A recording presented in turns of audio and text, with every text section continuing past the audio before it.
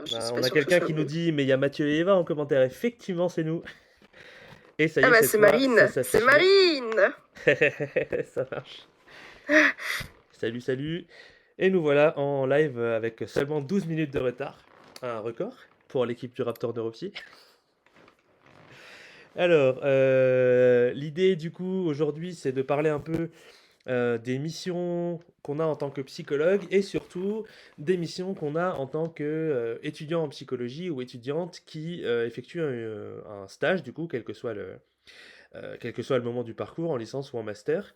Et du coup, on a Eva de l'équipe du Raptor Neuropsy, ici présente, qui est notre community manager et qui est en dernière année de psychologie. Donc, Eva, je vais te laisser driver un peu tout ça. Et Ok, puis donc voilà, c'est moi si qui on a des commence. questions, tout ça, on n'hésite pas à rebondir dessus. Très bien, très bien. Petite précision, on partagera à un moment aussi un questionnaire pour les gens qui veulent une attestation.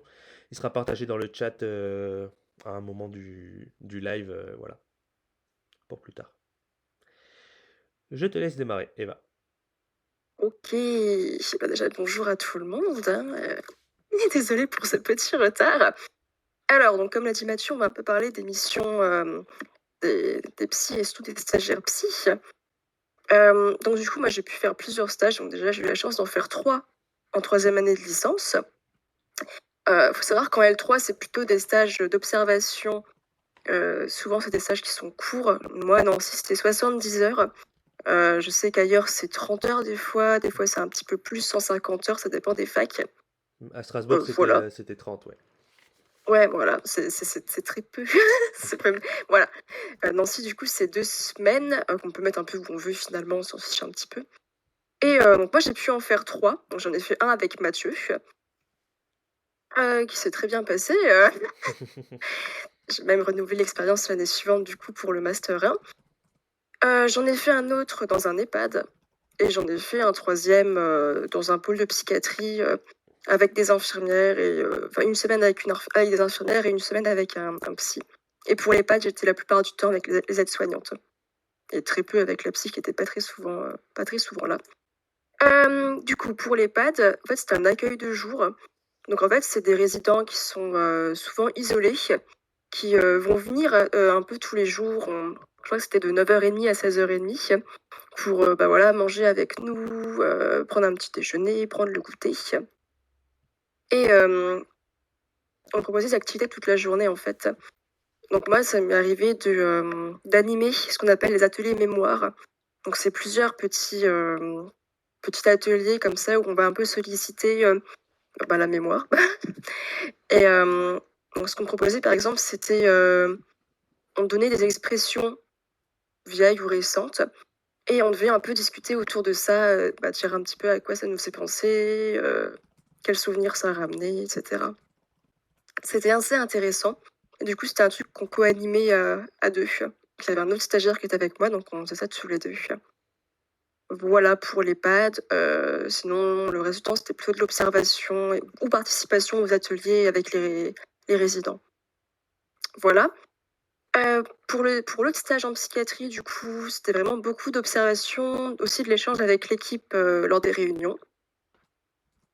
Voilà. Je me souviens plus trop de ce que j'ai pu faire d'autre, parce que c'était que ça, il me semble. En Et trois- avec Mathieu, Ouais. quoi. Non, j'allais te Et demander du si coup, tu parlais pendant la troisième année. Du coup, oui, oui.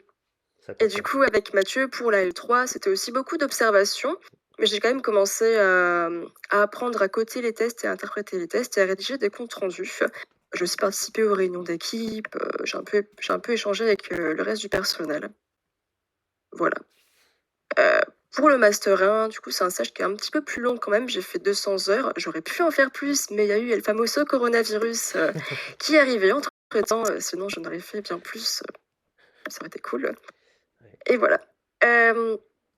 Du coup, ce que j'ai pu faire, c'est participer un petit peu plus aux missions des psychologues, c'est-à-dire faire passer des tests avec Mathieu à côté de moi qui me surveillait, hein, vous en faites pas, j'ai pas fait de bêtises.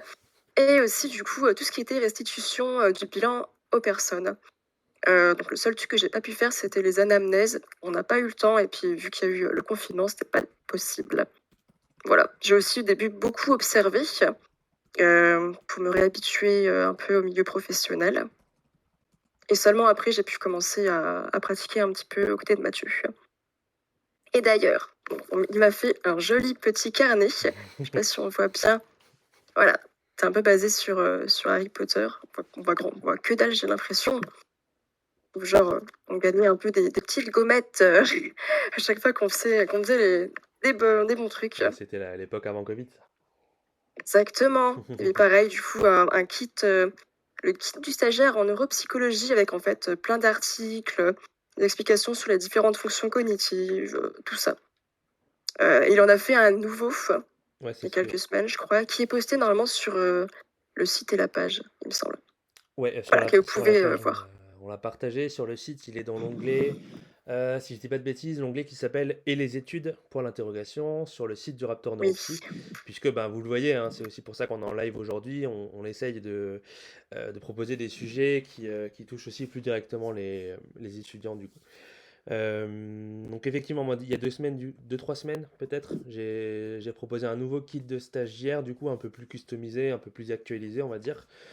Bah, du coup, je vais profiter de ça pour le décrire un petit peu. Je pense que c'est intéressant quand on est psy de proposer une petite compilation comme ça de nos missions, de ce qu'on peut faire au quotidien, des documents qui sont importants, des trames qu'on va utiliser.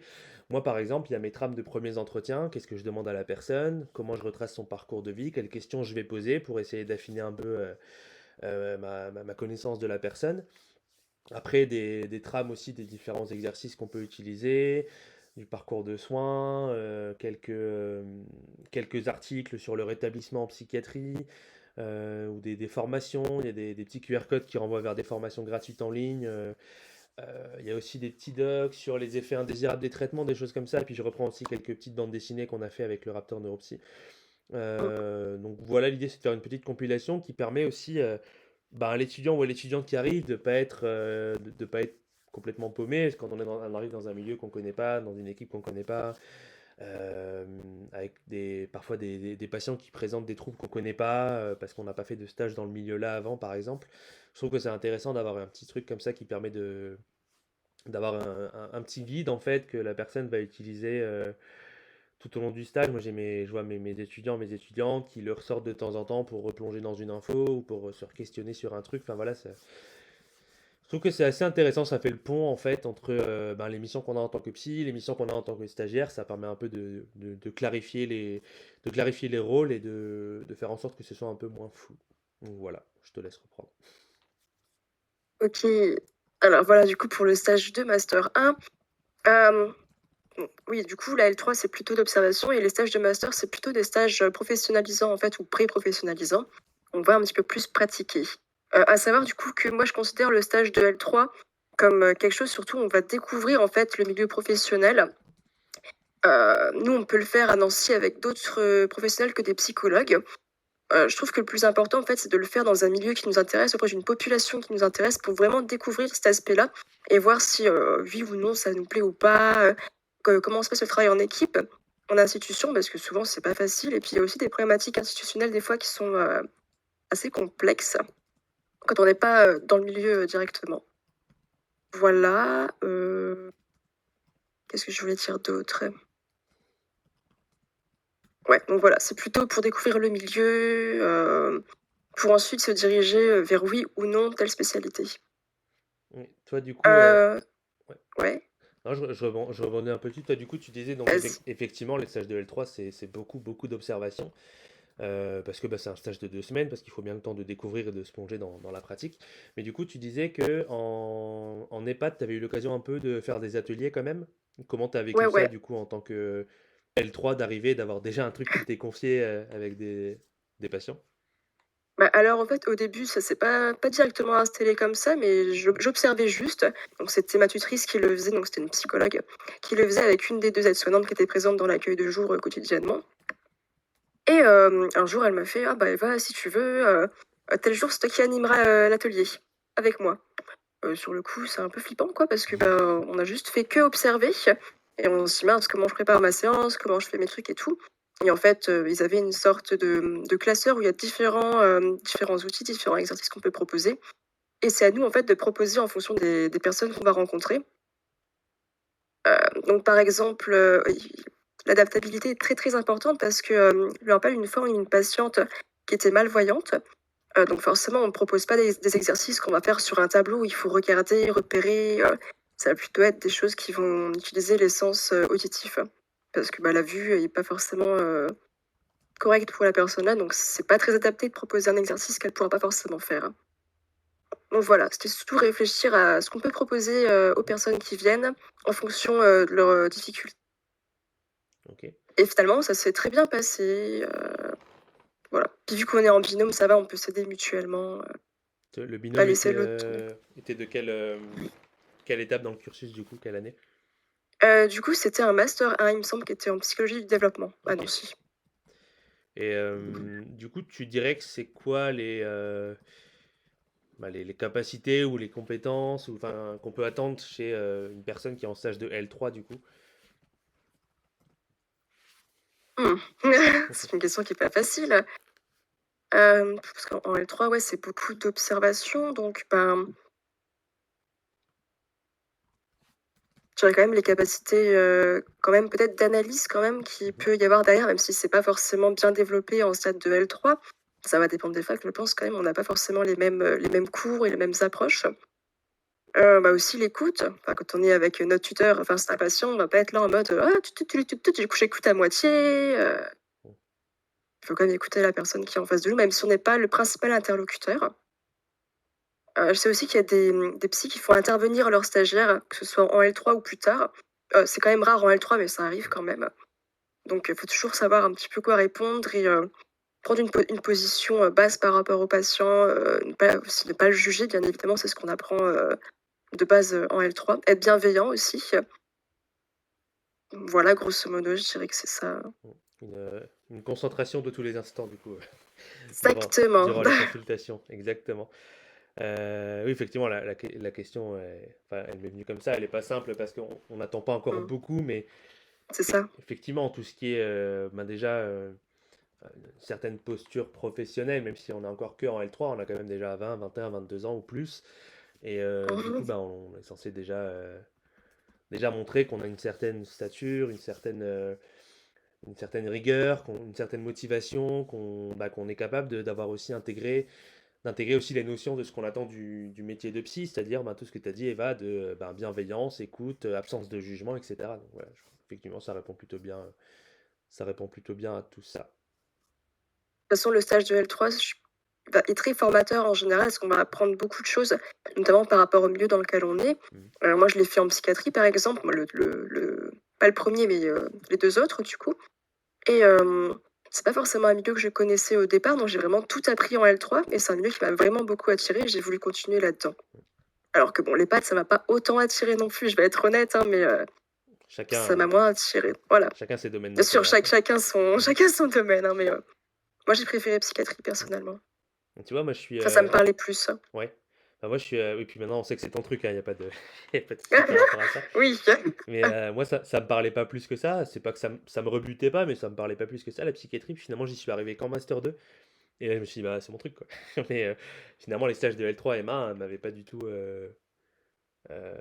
approché de la psychiatrie. C'était dans d'autres domaines avec les enfants, en neurologie, enfin, etc. Mais effectivement, je trouve que c'est intéressant à dire parce que même si tu arrives en L3 et tu découvres bah, un truc où tu te dis, waouh, c'est trop ça que je veux faire, etc., c'est vraiment dans ce milieu-là que je veux travailler, bah, des fois tu peux avoir des révélations aussi qui sont vachement plus tard. Donc je dis ça dans le sens où bah, si vous avez fait, voilà, je ne sais pas quel public nous écoute exactement, là vous êtes un peu plus d'une 23. trentaine là tout de suite là. Je ne sais pas quel public nous écoute ou nous écoutera en replay, mais voilà, si vous avez fait un stage en L3, en Master 1, où vous dites ah bah, c'est peut-être pas le milieu que je veux, c'est peut-être pas voilà, il y a pas de, c'est jamais perdu. Moi j'ai trouvé que très Mmh. tard finalement. Voilà, c'était la petite note d'espoir. Puis il existe tellement de milieux Mm. différents, qu'en fait, on n'a pas le temps de tout faire. Moi, j'ai eu la chance de faire 3 stages, et je crois que c'est pas forcément, possible dans toutes les facs. Maintenant, dans Nancy, on n'a plus le droit Mm. parce que, bah, j'ai un peu pris trop de stages, donc ils ont pas aimé, mais ça, c'est ouais, petite parenthèse. Mais si vous pouvez vraiment faire plusieurs stages dans différents milieux, vraiment n'hésitez pas, lancez-vous, c'est super important pour définir votre identité professionnelle après, et aussi savoir ce que vous aimez, ce que vous n'aimez pas. vers quel champ aller, vers quelle approche d'aller aussi. Voilà. N'hésitez pas non plus à interagir dans le chat en disant, là j'en vois certains qui disent L1, C'est ça. M1, n'hésitez pas voilà, à partager un petit peu. Je te vois rigoler Mathieu. Oui, parce que c'est ce que j'étais en train de regarder aussi. J'ai le chat à côté au cas où il y a des questions. N'hésitez pas d'ailleurs si Ouais, vous avez oui, des questions sur nos parcours ou quoi. Je parlerai aussi un peu des missions que moi je confie aux étudiants, aux étudiantes, mais je laisse d'abord Eva faire son petit topo. voilà, Mais n'hésitez pas à interagir. exactement. Donc là, comme Mathieu l'a dit, je suis en master 2, enfin, fausse master 2 du coup, mais bon, ouais. C'est un redoublement en fait parce Master que de mon Covid. stage a été annulé, voilà pour la petite histoire, mais j'ai bientôt fini, j'ai Ouais. bientôt fini. Oui. Donc mon premier stage, donc faut savoir quand du coup en M2 c'est vraiment un gros stage, c'est 500 heures et c'est le nombre d'heures obligatoire pour avoir le titre de psychologue après, pour avoir le diplôme. Donc voilà, si on les a pas, on n'a pas le titre quoi. Donc j'ai fait mon premier stage de janvier à avril 2021 du coup. Je l'ai fait en CMP, donc en centre médico-psychologique pour adultes. Voilà, avec un psychologue qui était plutôt orienté vers tout ce qui était psychotraumatologie. Enfin, il est formé à ça, en fait, à l'EMDR aussi. Donc, c'était une pratique que je ne connaissais pas. Enfin, je connaissais en théorie, mais je n'avais jamais vu la pratique en entretien, quoi. Donc, j'ai découvert ça, d'une part. Il y a eu, du coup, une phase d'observation pendant 2 semaines. Et 2 semaines après, 2 semaines après le début du stage, j'ai commencé à prendre mes propres patients, toute seule, dans un bureau. Voilà. Sur le coup, ça fait un peu flipper quand on me Ouais. dit ah bah t'es chaude la semaine prochaine, tu prends des patients. Ok, ok, C'est un ok. grand pas. C'est un grand pas. Voilà, La première c'est autonomie, la première personne qu'on encadre, enfin qu'on va suivre nous-mêmes, c'est un très grand pas. Souvent très flippant. exact- exactement. Donc voilà, donc j'ai eu l'occasion de suivre 5 personnes au total durant tout mon stage. Oui, on peut se dire 5, c'est pas beaucoup, mais quand on débute, c'est quand même déjà pas mal. Et puis vu qu'on les voit assez régulièrement, voilà. C'est ce Puis qui. la structure faisait qu'il y avait quand même des contraintes professionnelles. Donc surtout au niveau des bureaux, en fait, il y avait pas beaucoup de bureaux, donc je pouvais prendre des patients que les vendredis, parce que c'est là où il y avait le moins de personnes et là où il y avait le plus de bureaux disponibles. Donc ça limite un petit peu le nombre de patients aussi que je peux voir, parce que je peux pas forcément voir 8 personnes par jour, quoi. 5 par jour, c'est déjà pas mal. C'est très fatigant aussi. Oui. Oui, ouais, j'essaie de me limiter aussi, pas avoir 15 milliards de consultations dans la même journée. Mmh, Je pense que 4-5, c'est un nombre limite déjà pas mal pour avoir l'énergie pour se ouais. consacrer à tout le monde et avoir la capacité d'écoute. Parce que imaginez, si vous enchaînez les consultes entre 9h et midi et entre 13h et 16h, le patient de 16h, humainement, vous serez moins présent. Enfin, ça dépend de chacun et de ses capacités et puis de son sommeil, voilà, etc. Mais Mmh. humainement, puis cérébralement, j'ai envie de dire, ce serait plus disponible de la même façon. Donc, c'est pas en quantité que ça se joue, effectivement. C'est comme tu disais, tu as pu voir 5 patients. Bah, effectivement, c'est pas si peu que ça, finalement, parce que ben, déjà, c'est un Mmh. suivi sur plusieurs séances. Là où moi, je vais faire des bilans en neuropsy, il y a quelques suivis, mais voilà, c'est un peu plus restreint. Euh, mais effectivement, ça demande déjà beaucoup. Donc, c'est déjà cool, je pense, que tu pu suivre des personnes comme Voilà, ça en ouais. autonomie. C'est souvent Puis comme on ça. verra que par rapport à mon stage actuel, c'est quand même pas mal 5, hein. Enfin, je vous expliquerai un petit peu après. Oui, puis du coup, j'aurais aussi dû voir des patients du coup pendant les temps de midi. Donc j'ai dû manger vraiment en une demi-heure parce que bah, les patients sont pas forcément tout le temps dispo. Il y en a qui travaillent, donc ils demandent gentiment bah, est-ce que je peux venir à midi et demi. Donc bien évidemment, j'ai accepté. Voilà. Sinon, ce que j'ai pu faire d'autre, du coup, c'est bah, participer aux réunions cliniques, aux réunions de fonctionnement institutionnel. Donc c'est un peu discuter de ce qu'on peut mettre en place au niveau d'institution, des budgets, vraiment des trucs un peu chiants au niveau institutionnel. Qui C'est pas font, très plaisant, mais qui font partie du on doit métier. passer par là quand même, quoi. Ça fait partie du métier. On l'aura derrière en tant que Voilà, professionnel aussi. voilà. Ça va, c'est rare, c'est une fois par mois. Enfin, nous, au CMP, c'était une fois par mois. Les réunions cliniques, je crois qu'il y en avait, je sais même plus parce que je confonds par rapport à mon stage actuel. Je crois que c'était les mardis matins et les jeudis matins. Oui, c'est ça. Réunions cliniques, il y avait des réunions quotidiennes qui avaient une fois par jour, en fait. Et c'est là où vont débriefer un petit peu les infirmiers qui ont rencontré des nouvelles demandes, enfin, des nouveaux patients qui veulent entrer dans le système du CMP. Voir du coup si qui peut les voir? Est-ce qu'on les voit ou pas? Est-ce qu'on les oriente vers du libéral ou pas? Voilà. C'est un peu le fonctionnement comme ça des CMP. Enfin, je sais pas si c'est comme ça partout, mais nous, en tout cas, c'était comme ça. Voilà.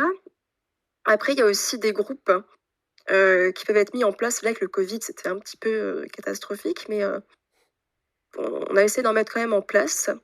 Donc, moi, j'ai pu participer à un groupe qui s'appelle le groupe Jeunes 18-25 ans. Donc, c'était un groupe qui était destiné aux jeunes de 18-25 ans, voilà, qui étaient impactés par le confinement, le Covid, tout ça, et qui étaient un petit peu en isolement, en rupture de contacts sociaux.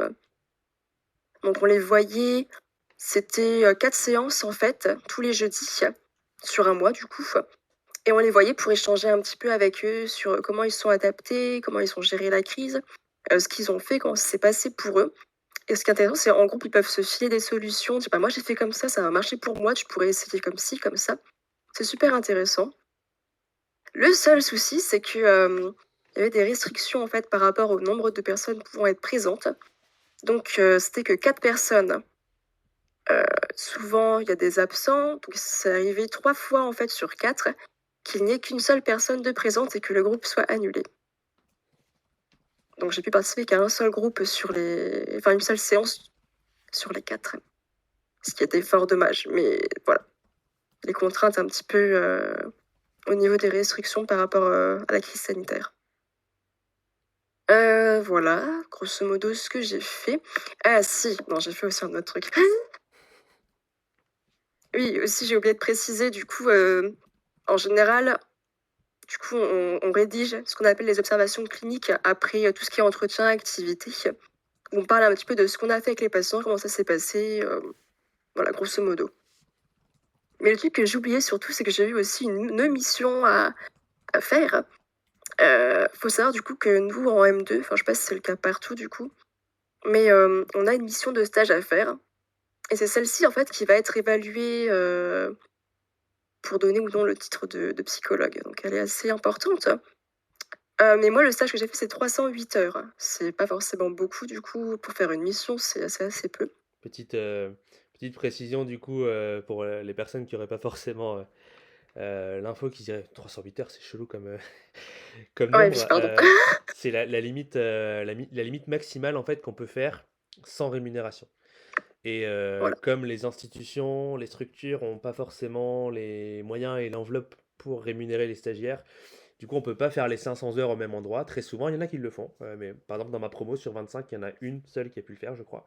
Mais Il me c'est semble. très rare, hein. Ah, c'est très très rare. Je dis peut-être une bêtise, mais en tout cas, ça reste très rare. Et du coup, bah, souvent, on est limité à 250, 300, 308 heures maximum parce qu'au-delà, il faut payer la personne. Et, voilà, c'est parce que ça fait un certain nombre de Oui. jours ou pile de mois ou je sais plus, enfin, une bêtise comme ça. C'est 2 mois tout pile, je crois. Ouais, quelque chose comme ça, ok. Enfin, Voilà, pour un puisque peu plus celui-là, moi, précis. il va faire 2 mois. Ok, ça marche. Bah, donc pour ça que j'ai dû faire en fait 2 stages et que bah, le deuxième, il a un peu sauté à cause du Covid. Mais bon, voilà. Voilà. On se demande pas pourquoi je parle de 2 stages différents alors que j'aurais pu en faire qu'un. Je pouvais pas en faire un, du coup, c'était trop compliqué. Alors, du coup, oui, par rapport à la mission de stage. Donc, mon tuteur m'a demandé en fait de travailler sur un groupe qui devait être mis en place, qui était à destination des proches en fait de personnes souffrant de psychotraumatisme. Donc, moi, j'ai un peu travaillé sur ça tout au long du stage. Du coup, j'ai préparé un petit peu la trame, le flyer et tout pour proposer aux patients, enfin pour leurs proches, du coup. Et réfléchir un peu à tout le système de comment annoncer en fait au patient que son proche peut venir s'il le désire, si le proche est d'accord aussi, bien évidemment. Voilà. Finalement, le groupe n'a pas pu être mis en place. Donc ma mission de stage a un peu sauté entre guillemets. Et donc, enfin, ça n'a pas été mis en place en fait parce que il a été décidé que ça allait être repoussé, la création d'une nouvelle filière psychotrauma justement. Donc il n'y avait pas forcément de sens à créer un groupe maintenant. Ça sera fait plus tard, mais pas maintenant en tout cas. Donc si jamais, il sera peut-être réutilisé, mais pour ma mission de stage, c'était pas faisable. Du coup, j'avais pas de résultats à proposer dans mon rapport de stage ou pour la soutenance. Voilà, et j'ai aussi fait du coup une dernière petite chose. Avec mon tuteur, on a rédigé un article, oui, sur les troubles dissociatifs. Voilà. Et ça, pareil, ça a pris beaucoup de temps. J'ai dû faire beaucoup de recherches bibliographiques pour pouvoir justement alimenter un peu cet article-là. Ça, Voilà pour ce premier stage. c'est plutôt rare, je pense, d'avoir la possibilité d'écrire un article. Je sais pas Ouais, s'il ouais. y en a qui ont des témoignages comme ça dans le chat, on sait jamais. D'ailleurs, dans le chat, il y a l'attestation, enfin le questionnaire pour l'attestation qui vient d'arriver. Si vous voulez répondre, ça nous permettra de savoir un peu comment vous êtes arrivé sur le live, qu'est-ce qui vous plaît, enfin pourquoi, comment dire, je perds mes mots. Enfin, qu'est-ce qui a fait que vous avez eu envie de suivre ce live? Ouais. Et puis, votre nom, prénom, adresse mail pour qu'on puisse derrière vous envoyer l'attestation. Voilà pour la petite parenthèse. Effectivement, oui, c'est plutôt rare, je pense, de pouvoir écrire un article carrément. Je sais pas s'il y a des gens qui veulent rebondir là-dessus. Mais du coup, ouais, t'as eu pas mal de missions différentes finalement sur pour un seul lieu de Oui, stage. c'était assez riche, hein, Ouais. c'est ça qui est bien justement souvent les missions des psychologues, elles sont assez variées en fait, Mm. c'est pas forcément toujours redondant, toujours entretien, entretien, entretien. On participe à plein de trucs différents en fait. C'est ce qui rend le métier plus intéressant aussi. Exactement. Et puis même pour pouvoir proposer des choses qui soient Mmh mh. pertinentes et qui soient utiles pour les personnes qu'on suit, bah, il faut, parce que là du coup je rebondis un peu sur les missions de psy puisqu'on en parle, ben, on n'arrive jamais vraiment d'être étudiant finalement, presque. On continue à se former euh, tout au long de la carrière finalement. Là par exemple moi je vais me former à tout ce qui est méditation de pleine conscience. Donc on lit des articles, on lit des bouquins, on se renseigne avec des collègues sur ce qu'ils font, on prend des notes sur des trucs, on assiste à des colloques, à des conférences, à des lives comme ça, où euh, on va aussi prendre des temps où on va concevoir des groupes, ou alors se renseigner sur les trucs qu'on utilise, est-ce qu'il y a d'autres outils que je peux utiliser avec les personnes, ou alors bah, il y a une personne qui, je sais pas moi, euh, qui présente une certaine problématique, on va dire, quelle qu'elle soit, qu'on connaît pas forcément, mais qui, ben voilà, de par le fait, elle est en face de nous. Ben, du coup, entre deux séances, on peut se renseigner pour se mettre à jour sur un truc, pour savoir quel outil on peut proposer à la personne. Enfin, le métier, c'est un peu une constante, je dirais, tu disais un peu Eva tout à l'heure, la capacité d'adaptation. Mmh. C'est constamment ça, j'ai l'impression, en fait, finalement. Bah oui, du coup, oui. C'est ça qui est super cool aussi, c'est qu'effectivement, on va avoir des missions très variées. Puis en plus de ça, j'ai pas dit, parce qu'on en a déjà parlé, mais tout ce qui est voilà, les réunions, donc à la fois les synthèses où on parle des personnes, mais aussi des réunions de fonctionnement où on va parler ben, de l'organisation, je sais pas, de prochaines activités qu'on veut proposer, où il y a des personnes qui viennent présenter des trucs. Enfin voilà, c'est très très varié. Tu galères un peu avec la lumière. Ouais, ça me gonfle. Bref. Du coup, Là, quelqu'un ça va. demande si l'article est disponible sur internet. Alors, je crois qu'il dit, mais je crois qu'il est payant comme tout bon article. Mais, en tant que rédactrice secondaire, on m'a pas mis en principal, même si j'ai quasiment fait tout le taf. Fallait pas le dire. Je l'ai. Donc, je peux l'envoyer à ceux qui sont intéressés, hein. Vous n'êtes pas payé, je sais pas combien, pour lire un article. Enfin, voilà quoi. J'ai même la revue entière. Si jamais je dis ça, je ne dis rien. Hop, est-ce qu'on peut couper ça au montage, Mathieu? Il y a même quelqu'un qui vient de dire sinon Sayub.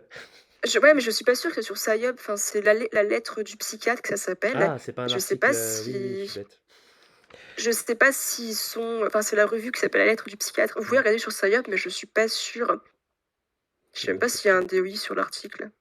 Je vais l'ouvrir, mais je crois pas. Là, je l'ai sous les yeux, il me semble pas. En tout cas, la personne te remercie dans le chat. Donc voilà, donc je sais pas comment vous voulez faire pour me contacter, si jamais vous voulez pire sur Facebook, si vous avez Facebook, hein. Mon nom c'est Eva Mathieu, il y en a pas 50, je pense. Enfin, si, du coup, il y en a 50, mais Au pire, vous passez par le euh, Messenger du Raptor. C'est pas, oui, tu ou par l'as, le Raptor, t'y as n'importe. accès aussi, donc Ceux t'auras. qui. Ouais, ouais. Oui, par le Raptor, au pire. Mhm. Moi, je pourrais le. Oui, au pire, je peux répondre avec la messagerie, je suis bête. Oui, ou sur Discord. Mon Discord, c'est quoi déjà? Je sais même pas. Les psys, je suis plus du tout dans les psys, Ah en oui, c'est fait. vrai. Donc, depuis hier, je ne suis plus dans les psys. Tout frais. Donc, ça va être compliqué de vous répondre enfin, sur les psys. Donc, voilà. Ouais, n'hésitez pas sur les différents réseaux sociaux. De toute façon, on est un peu partout. Donc, Oui, oui, oui, oui. Mais je crois que mon. C'est quoi mon truc? Je crois que c'est Eva avec une. Attendez, je vais vous l'écrire dans le chat. Mon truc Discord, si jamais. Je crois que c'est ça, hein, je sais pas comment ça marche. C'est Eva, une petite la tilde. je suis pas très pro en Discord. Hashtag. Ouais, bah, 4515. crois que c'est ça mon truc. Voilà, je pense que c'est bon. Sinon, oui, envoyez directement sur le Raptor sur Facebook ou Eva Mathieu sur Facebook si vous trouvez. Voilà, donc pour ce stage-là, c'est bon. Je devais faire du coup un deuxième stage à partir de mai dans une maison d'accueil spécialisée, ce qui n'a pas pu être fait du coup parce que j'ai passé l'entretien à distance. Parce que c'était trop compliqué pour aller dans l'établissement à ce moment-là. Il y avait des cas contacts et tout, donc c'était un petit peu le bazar. Et donc j'ai été prise. J'ai l'impression en fait que c'est un petit peu un live racontage de vie, mais bon, C'est bien, ça marche bien les passons. témoignages. Bientôt le vlog institution, stage, tout ça. Exactement, je vous emmène avec moi demain. Allez hop, peut-être pas mieux. Alors du coup, oui, j'ai été prise et tout, sauf que le lendemain, il y a eu le fameux discours de Macron, ce fameux 31 mars ou 30 mars, je sais plus, je sais pas s'il y a un 31 dans mars, mais bref, la fin du mois de mars. Et le lendemain, j'ai reçu un message me disant que mon stage était donc annulé suite aux annonces de notre cher président. Donc, c'est tombé à l'eau. De ce fait, j'ai cherché à tout prix un autre stage que je n'ai malheureusement pas trouvé. Que voilà. Mais j'en ai trouvé un autre en juin, qui était encore une fois du coup dans le CPN. Donc, j'ai pas pu. Enfin, j'ai obligé de redoubler en fait, parce que sinon, je dépassais les 308 heures au niveau institutionnel et je devais être payée. Donc j'étais obligée de redoubler en juillet et du coup de commencer mon nouveau stage dès septembre. En fait, il faut changer d'année universitaire pour pouvoir faire un deuxième stage dans le même établissement. Voilà. Donc j'ai commencé mon deuxième stage le 6 septembre. Voilà, donc là ça fait depuis le 6 septembre que j'y suis tous les jours, de la semaine, hein, pas le week-end. Et donc c'est un un hôpital de jour, parce que c'est ouvert aussi les week-ends, mais les psys du coup n'y sont pas le week-end. Après je précise aussi. Donc voilà, c'était un hôpital de jour en fait. Ou un peu comme l'accueil de jour de l'EHPAD, finalement, les patients vont venir vers 9h30, 10h et vont repartir vers 16h30. Donc tout au long de la journée, on leur propose des activités, des entretiens médicaux, infirmiers ou psycho, ou ergo aussi. Voilà. Donc pour ce stage-là, j'ai participé, au début c'était beaucoup d'observations aussi du coup, et j'ai participé à un maximum de groupes. Donc, on a des groupes d'affirmation de soi, des groupes efficacité personnelle, des groupes sur les valeurs, des groupes sur c'est des termes un peu techniques, du coup, c'est de la diffusion. C'est ce qu'on appelle en fait le fait de s'éloigner de ses pensées, de se dire ah bah ça c'est une pensée. C'est pas là, c'est pas. Est-ce que ça m'est utile ou pas finalement? Parce que en fait, le fait d'être souvent trop dans ses pensées, ça va un peu nous faire obstacle à ce qui est important pour nous et finalement on va pas forcément se rendre compte de ce qu'on veut faire et de qui, et qui on veut être finalement. En fait, parce que voilà, cette unité-là est basée sur la thérapie ACT, la thérapie d'acceptation et d'engagement, pour ceux qui connaissent ou qui connaissent pas d'ailleurs. C'est une super thérapie que je ne connaissais pas avant, enfin pas avant, pas depuis les autres années, mais en fait on a eu un cours cette année sur ça et j'ai fait waouh, génial. Et j'ai voulu faire ce stage vraiment pile poil là-dedans. Donc finalement, heureusement que le Covid a sucré mon stage. C'est un peu un mal pour un bien. Bon, et quelques mois j'y sais passé, hein, j'étais en PLS dans mon lit en train de pleurer parce que j'avais pas de stage, mais là tout va bien. Donc voilà, donc c'est basé sur cette thérapie-là. Donc on fait différents groupes, différentes activités. Par exemple, on a l'activité activité escalade, d'ailleurs, que j'ai pu faire, parce que du coup, les animateurs participent également à tous les groupes en tant que participants, finalement, pour voir un peu ce que les patients vivent aussi. Donc voilà, j'ai dû monter avec ma petite corde en haut d'un mur d'escalade. C'est pas facile du tout, j'ai un peu le vertige, donc c'était pas kiffant, mais voilà. Il y a d'autres activités comme l'atelier olfacto, l'atelier gustato, l'atelier tactile. En gros, c'est des ateliers qui vont faire utiliser les différents sens pour être dans l'auto-observation en fait. Parce que c'est ce qui compte le plus en fait dans cette thérapie-là. C'est observer un peu nos pensées, nos émotions, les souvenirs, les images qui viennent à nous, pour finalement être plus apte à réagir face à celles-ci. Prendre le temps vraiment de se dire ah tiens, je pense ceci, j'observe que je pense que j'ai cette pensée-là. Et se dire est-ce que cette pensée m'est utile ou pas finalement.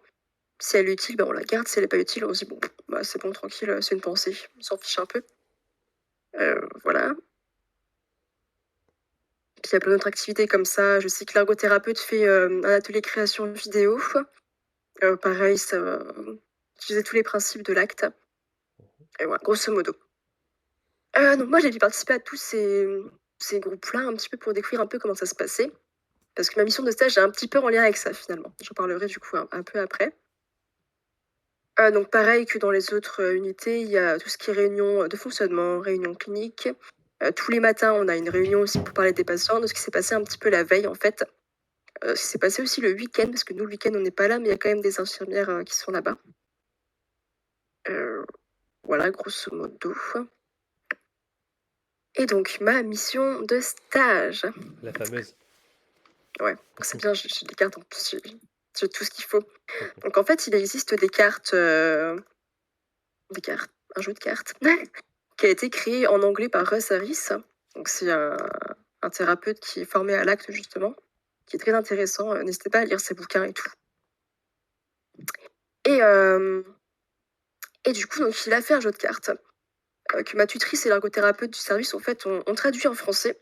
Mais finalement, ils n'ont jamais utilisé ces cartes-là. Ils n'ont pas forcément eu le temps de se pencher dessus. Donc moi, la mission, c'était de travailler sur ces cartes-là et de proposer en fait un groupe. Donc voilà, donc là, j'ai toutes mes petites cartes. En fait, c'est des cartes valeurs. Hein. Je sais pas si je peux en montrer. Ouais. Par exemple, il y a... Je sais pas si on va avoir grand-chose, hein, mais bon, c'est écrit gentillesse, c'est un peu écrit à l'envers du coup.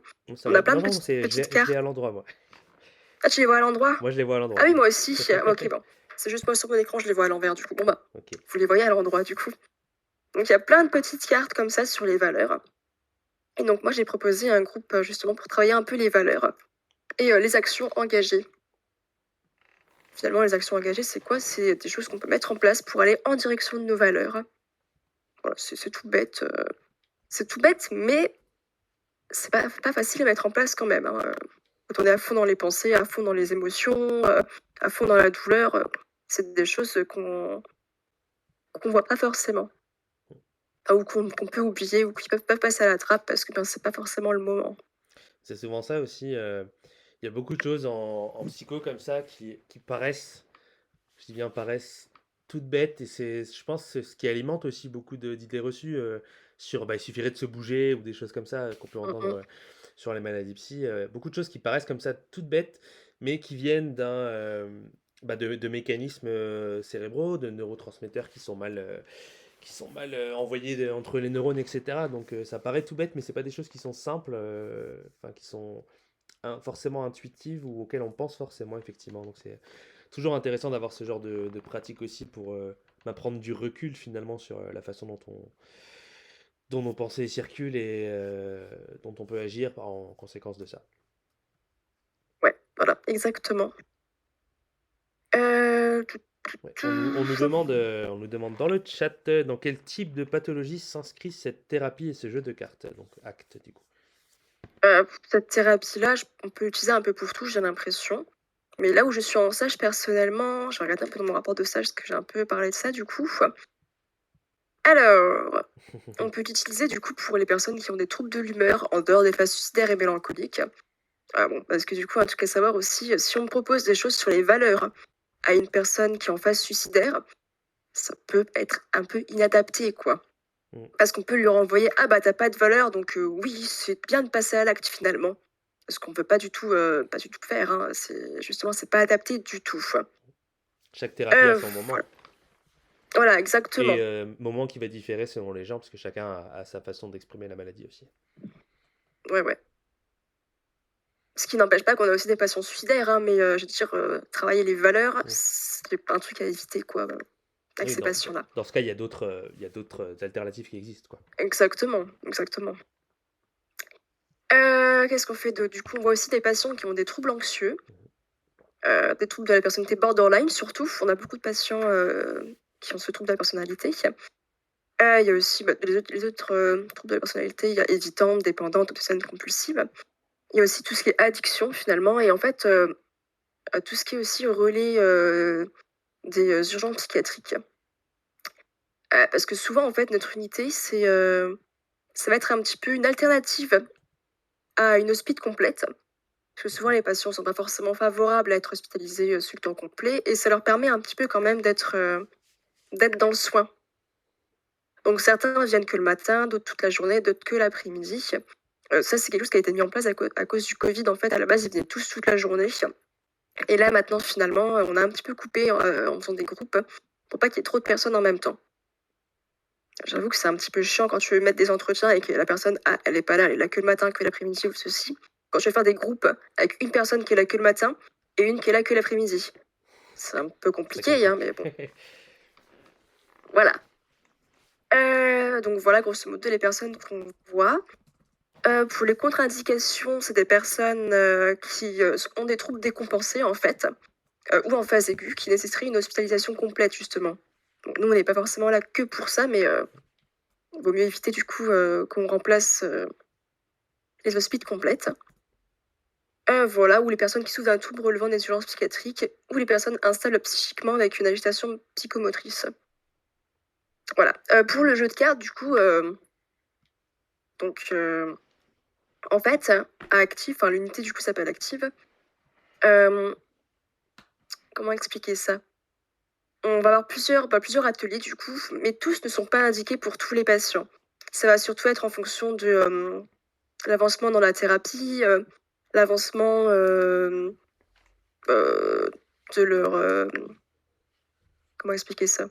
De comment ils vont, en fait, finalement, par rapport au début de l'hospitalisation. Et donc, en fonction de là où ils en sont, on peut proposer tel ou tel atelier, en fait.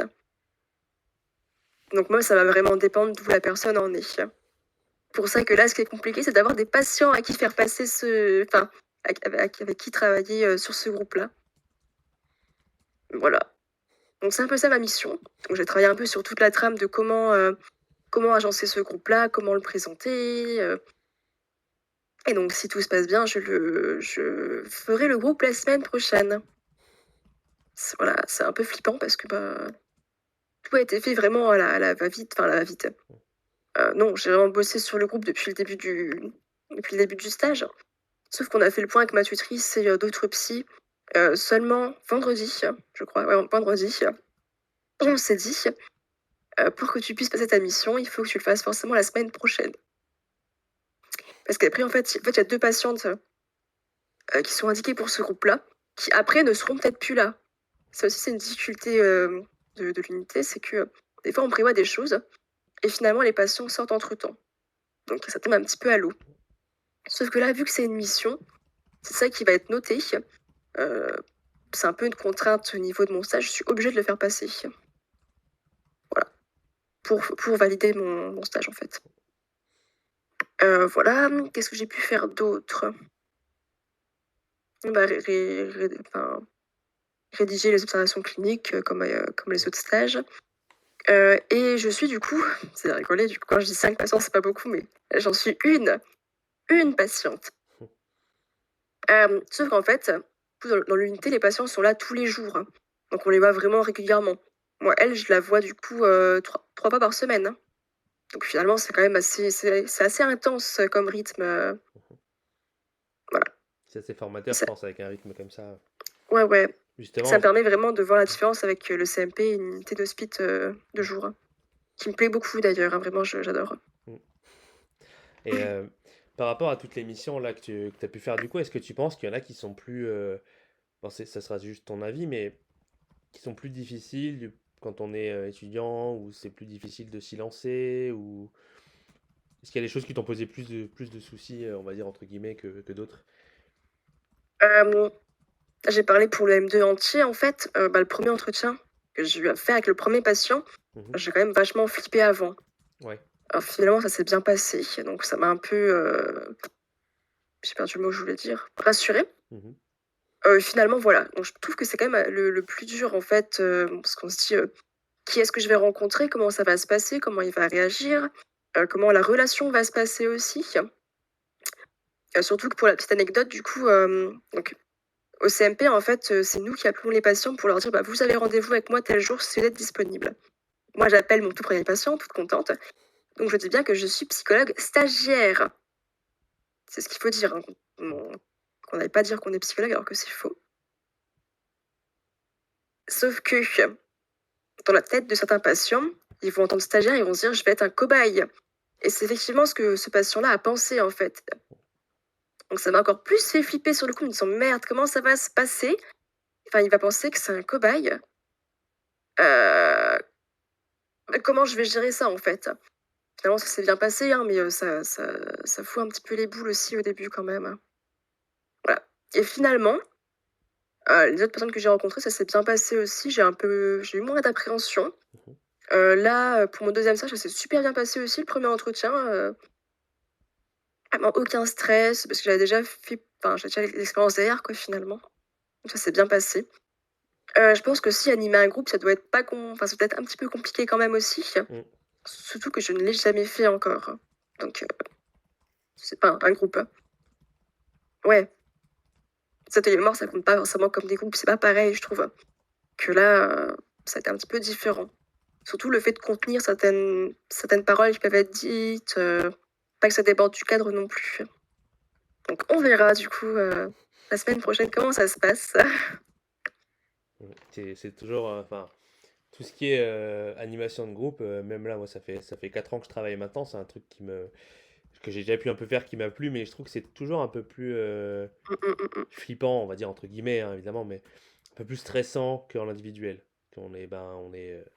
C'est pas une relation duel, c'est plein de personnes avec qui on travaille, mais je pense que ça dépend de chacun et c'est juste moi qui parle du coup. Ouais, Mais ouais, ouais. qu'est-ce que je voulais dire par rapport à tout ça? Du coup, le fait d'avoir fait tout plein de missions comme ça, donc tu as pu en plus faire plein d'établissements différents, etc.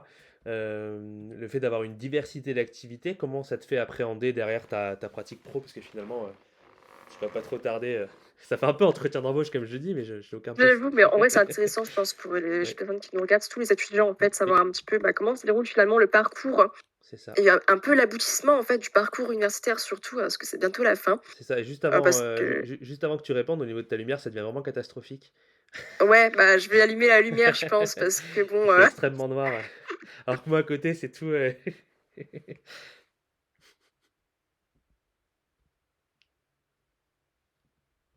Ah oui, mieux. je pense qu'on voit mieux. Effectivement. Alors, vous allez faire mon magnifique pyjama Pokémon. Du coup, c'était quoi la question? J'ai oublié. C'était. Ah oui, si. Oui, Ok. OK. Oui, parce que du coup, pour la petite histoire, je finis mon stage le 5 novembre. Donc il me reste 3 semaines. C'est pour ça que je dis que c'est compliqué aussi de faire passer la mission parce qu'en 3 semaines, ça va être short. Et surtout, je crois que c'est la seule semaine, la semaine prochaine où les patientes sont encore là. Après, elles sont plus là. Donc voilà. Et du coup, comment j'appréhende? Bah, C'est pas une question piège, hein. ouais, non, bah justement, je me questionne beaucoup en ce moment par rapport à ça. Mais voilà, Mm. j'ai vu plein de trucs. Mais finalement, je sais pas trop encore vers quoi aller parce que j'ai l'impression que chaque expérience que je fais m'apporte toujours encore plus et j'ai l'impression d'être un petit peu paumée. Mais en tout cas, une chose est sûre, j'ai envie de me former à l'acte en tout cas. Et je trouve que l'hôpital de jour, c'est vraiment un truc qui m'intéresse beaucoup, quoi. Et c'est ce vers quoi je pourrais aller finalement. Ouais. Et au niveau des missions, je pense que j'ai beaucoup appris durant toutes ces années de stage et d'exercice en tant Mhm. qu'étudiante, mais c'est quand même un exercice à faire. Et je pense que, bon, il y a toujours une question de légitimité finalement après le diplôme qu'on a peut-être encore quelques années après, je sais pas, mais Le syndrome de l'imposteur est un très grand classique, voilà. surtout de nos Donc générations à nous. C'est beaucoup plus ça, je fréquent. pense que ça va me toucher aussi, hein, mais je pense que je serais peut-être un petit peu moins stressée quand même Mhm. par rapport au tout début du stage où j'ai rencontré des personnes, alors qu'avant, j'avais jamais fait Mhm. ça.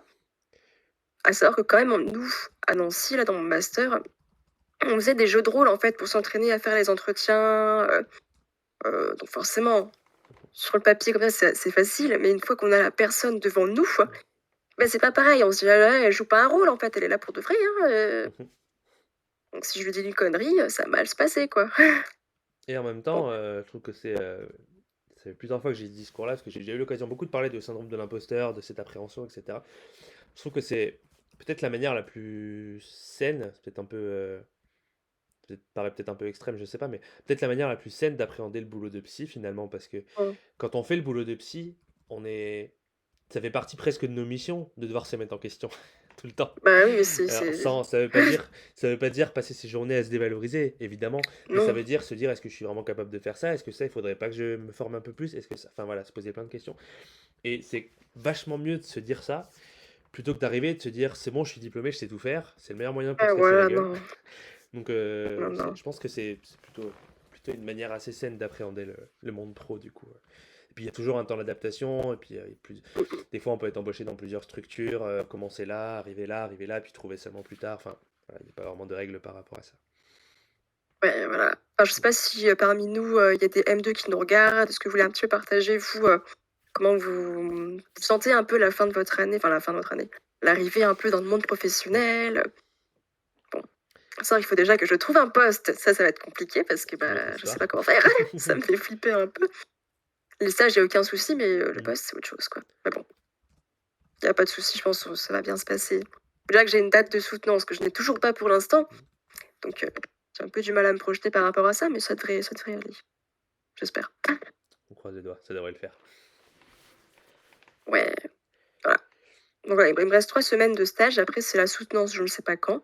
Ça va dépendre du temps que le jury en fait a besoin pour lire mes travaux. Mhm.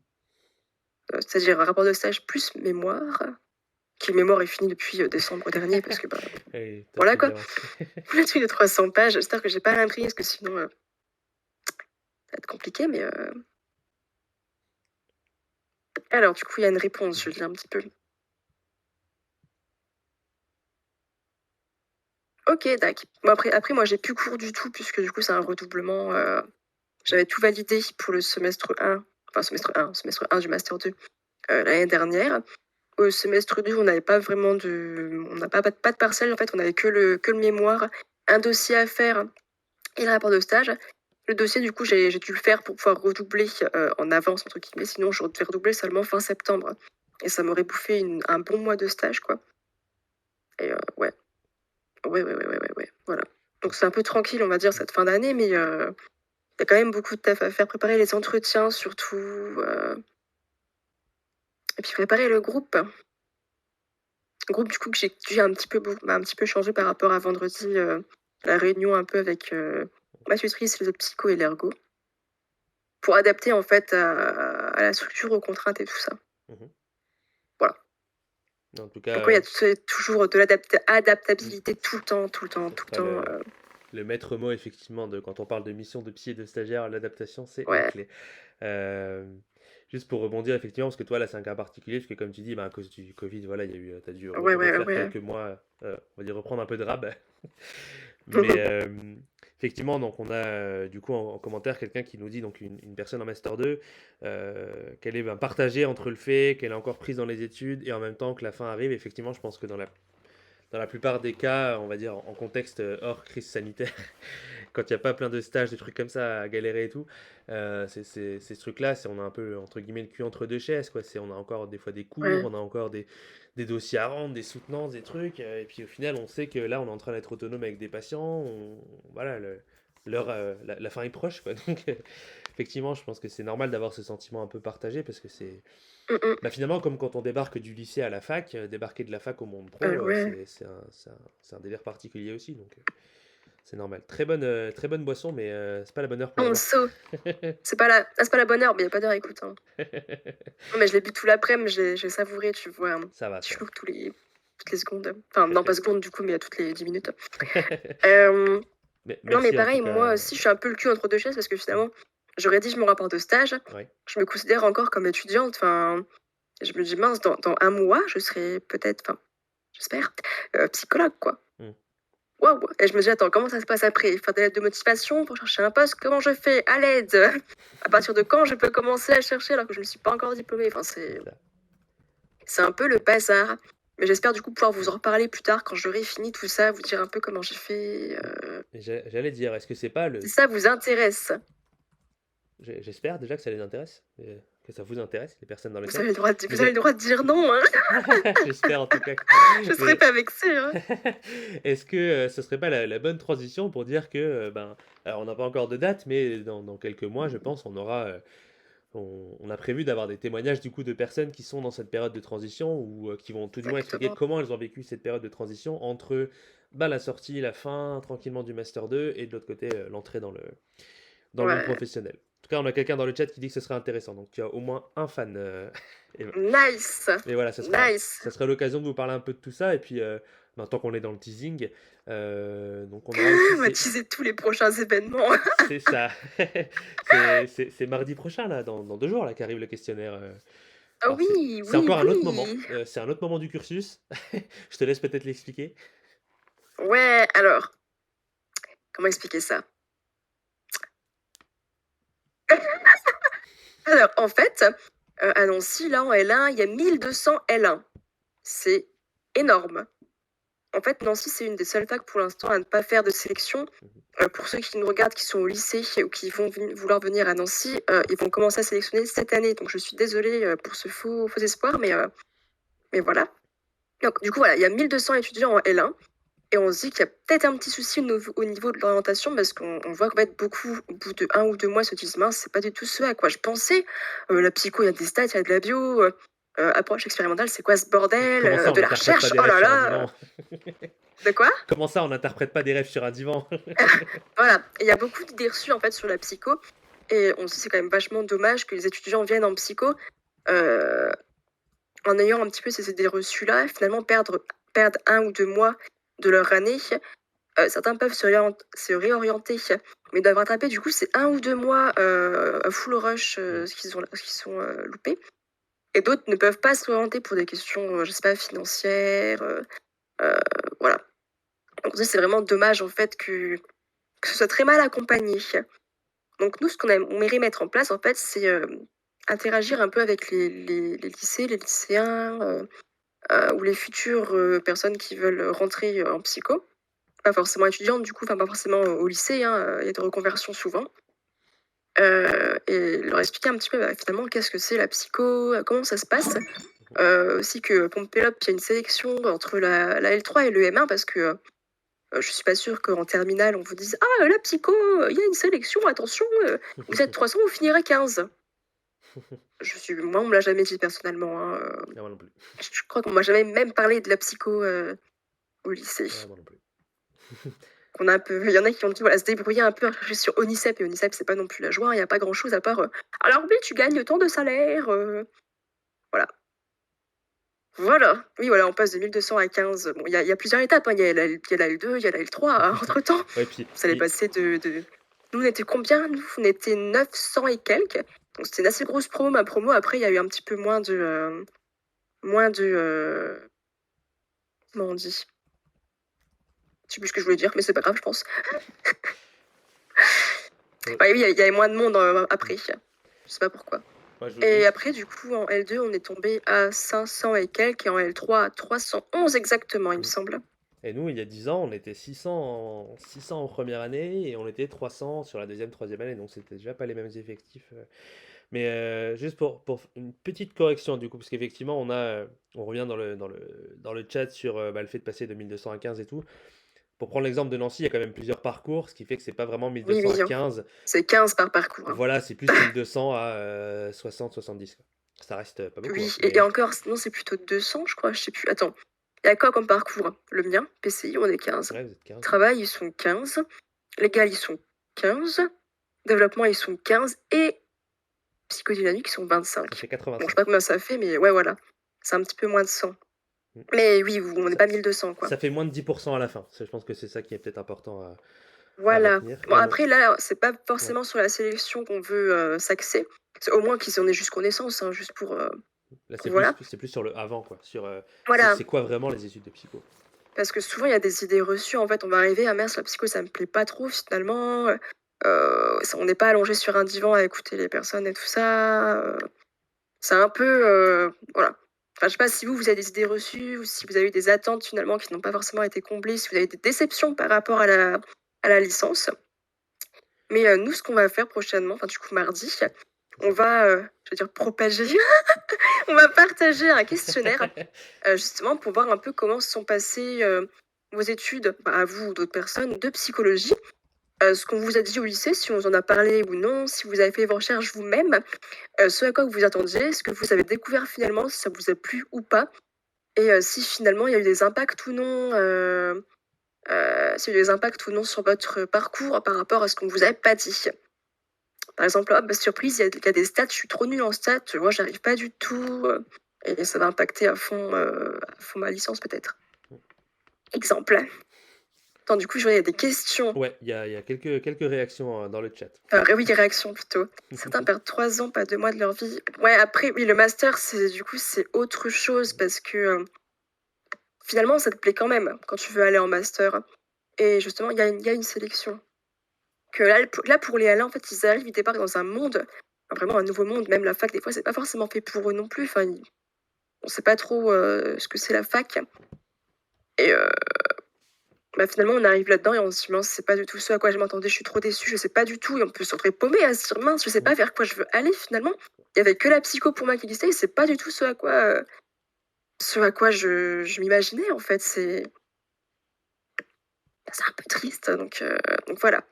Ouais, là, la sélection, bah, je suis passée par là, donc je comprends un peu. Sur 13 masters, j'ai été prise à 3 masters seulement, donc je comprends. Ce qui est déjà Mais ouais. beaucoup par rapport à la Oui, majorité bon, des gens. certes. Certes. Ouais, donc voilà. On a d'autres Bah, réactions aussi dans le ouais, chat ouais. si tu Et regardes. voilà, du coup, c'est plus orienté juste pour la licence, pour préparer les lycéens, en fait, parce que nous, à notre échelle, je suis pas sûre qu'on puisse faire grand-chose pour la sélection en master, parce que bah, moi, je connais pas toutes les facs personnellement, à part Nancy. Je peux parler de Nancy, du coup, mais les autres, je connais pas trop. Parler de la sélection à Lille, parce que Lille, du coup, j'y suis allée pour passer la sélection. Grenoble, mais Grenoble, il n'y avait pas forcément d'entretien, donc je sais pas si c'est très important. Mais voilà, on n'a pas trop de choses à dire par rapport, enfin, pour vous prévenir, en fait, de comment va être le master. La sélection dépend pas de nous. Est-ce qu'il y aurait des conseils, du coup, on nous demande dans le chat des conseils pour la sélection en master? Attends. Ouais, c'est Attends, parce que du coup, il y a CH Willy qui dit, pouvez-vous faire un nouveau live où vous parlerez de la sélection, effectivement. Moi, ça me dérange pas personnellement. Je sais pas, Mathieu, ce que t'en penses. Bah, exactement, moi j'allais dire, c'est la première fois depuis qu'on a commencé des lives en début d'année, c'est la première fois que les questions vont trop vite pour nous. En général, il y a moins Et de je parlais réactions. de la sélection en plus. Donc On c'est m'a ça. jamais dit, oh, faire un live. Donc oui, on Donc pourra si merci, vous voulez, je pense. merci à tous ceux qui réagissent du coup dans le chat. Ouais, merci. J'avoue, oui, il y a plein de questions, j'arrive pas à suivre. Alors, Et- attends. Alors, donc, pour le je suis live, pas sûre. pour Vas-y. pour un live sur la sélection, parce que tu m'as demandé mon avis. Ouais. Effectivement, pour un live sur la sélection, je pense que ça peut être intéressant. Je sais pas quand. Peut-être au moment de la constitution des dossiers. Ouais, ça dépend. Après, il y en a, ça commence en janvier pour la Suisse, je crois. Mais ouais, On va grosso se modo, c'est cantonner de à la France parce que janvier sinon. à juin, je crois. Mais Ouais, juillet pour les entretiens, en tout cas. Mi-juillet. peut-être mars-avril, un live. Ouais, ou peut-être, enfin, je sais pas. Au pire, on verra. Voir avec mes disponibilités aussi. Et puis de toute façon, ce sera toujours sur les dimanches à 18h, ce sera pas trop embêtant, c'est un Oui. horaire pas trop dégueulasse.